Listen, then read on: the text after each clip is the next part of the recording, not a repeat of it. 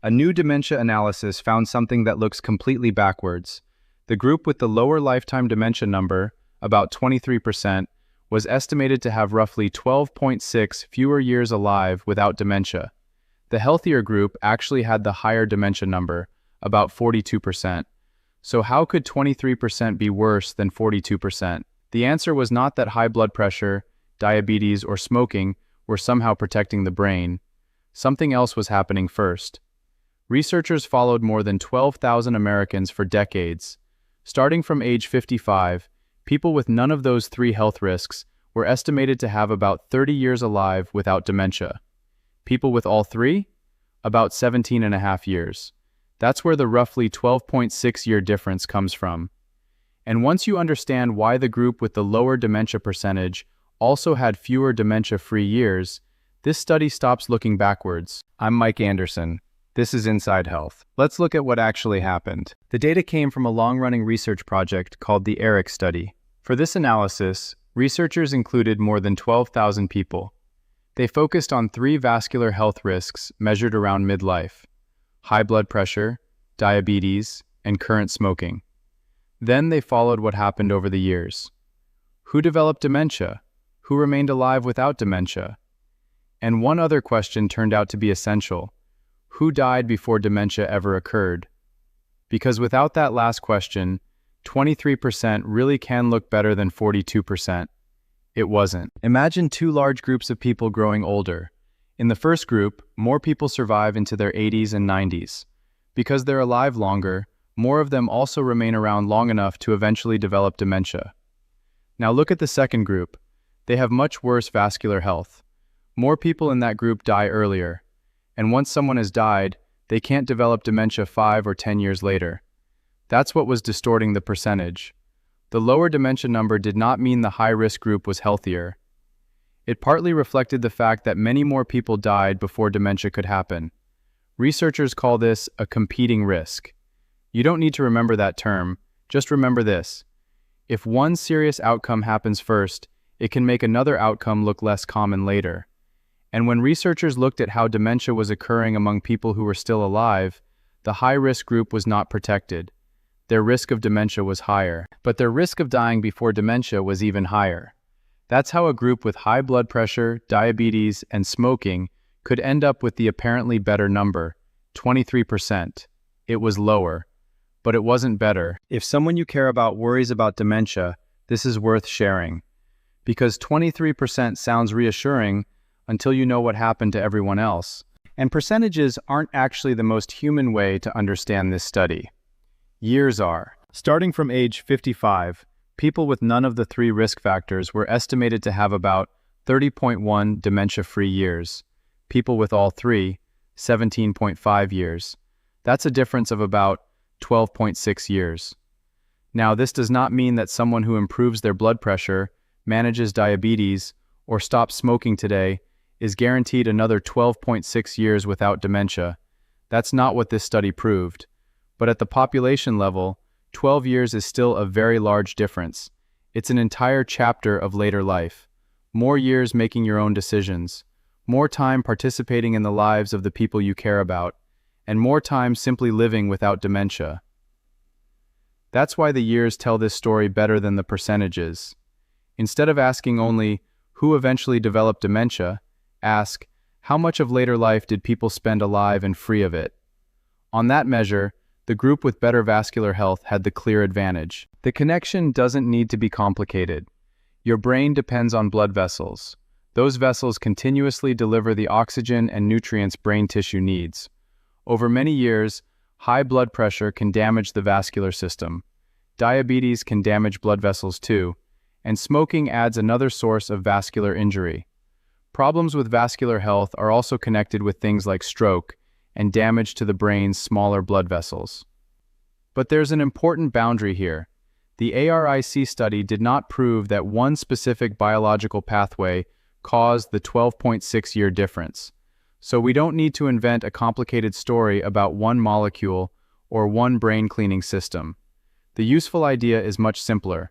What's bad for your blood vessels over many years can matter to your brain too. But if you're already 65, 70, or 75, You may be thinking, did I already miss my chance?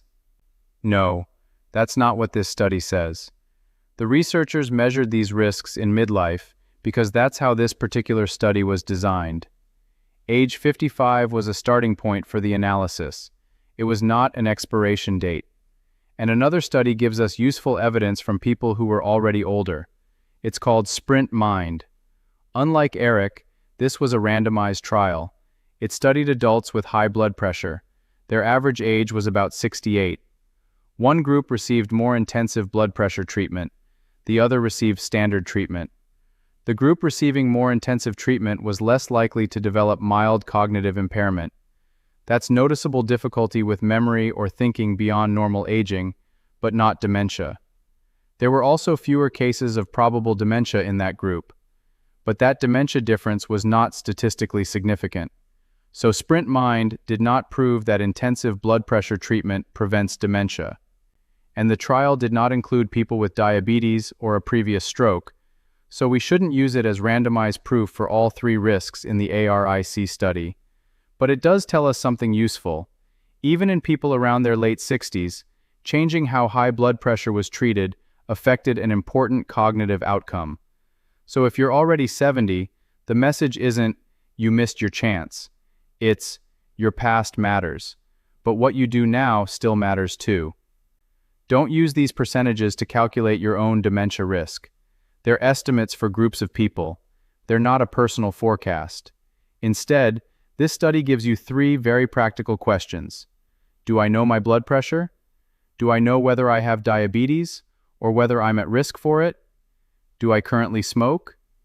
If you don't know your blood pressure or diabetes status, those are reasonable things to ask about during a routine healthcare visit. If you already have high blood pressure or diabetes, work with your healthcare professional on what's appropriate for you. And if you smoke, getting help to quit benefits much more than just brain health. Don't change blood pressure medication, diabetes medication, or any other treatment because of a YouTube video. And remember, these are not the only factors associated with dementia. They're simply the three vascular risks this particular analysis examined together.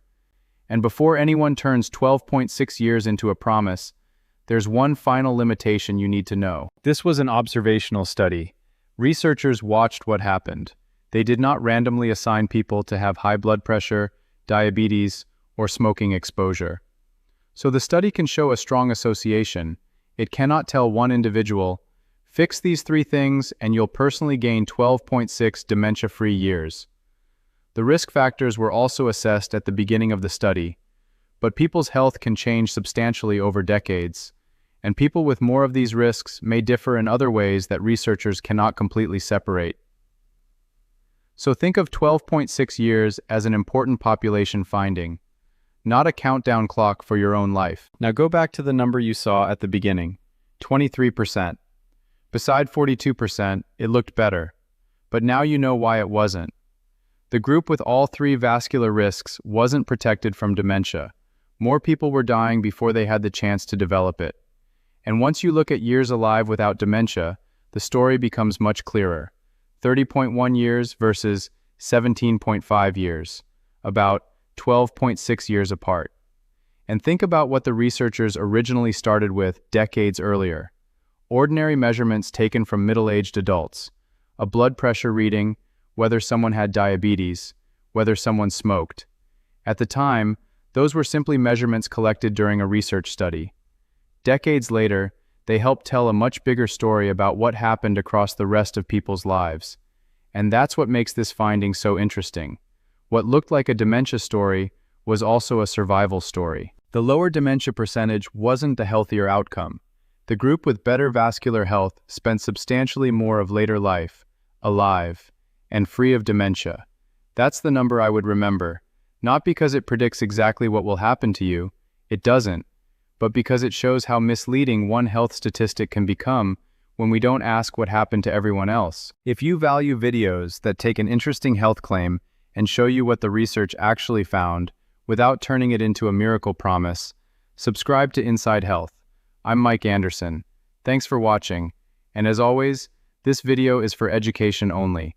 It isn't personal medical advice, diagnosis, or treatment.